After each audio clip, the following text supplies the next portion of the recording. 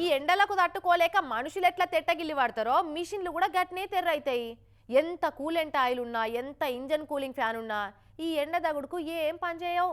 అటు కంప్యూటర్లు కూడా సతాయించకుండా పనిచేయాలంటే రూమ్ అంతా చల్లగుండాలి.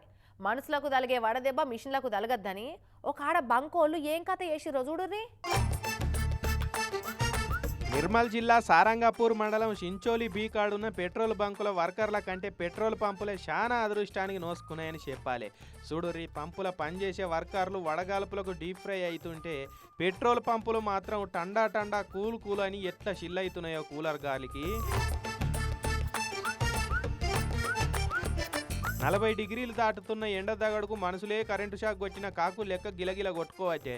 ఇక అట్లనే బంకుల అండర్ గ్రౌండ్ ట్యాంకులున్న సమర్ తీసి బండ్లలో పోసేందుకు పంపు మిషన్లకు కూడా సమర్ గారుతున్నదట. దగడుకు తట్టుకోలేక దడుచుకుంటున్నాయని పంపుకో కూలర్ పెట్టి మీరు సల్లగుండి మమ్మల సల్లగుంచురని ఓనర్లు ఈ విధంగా చేసిరట.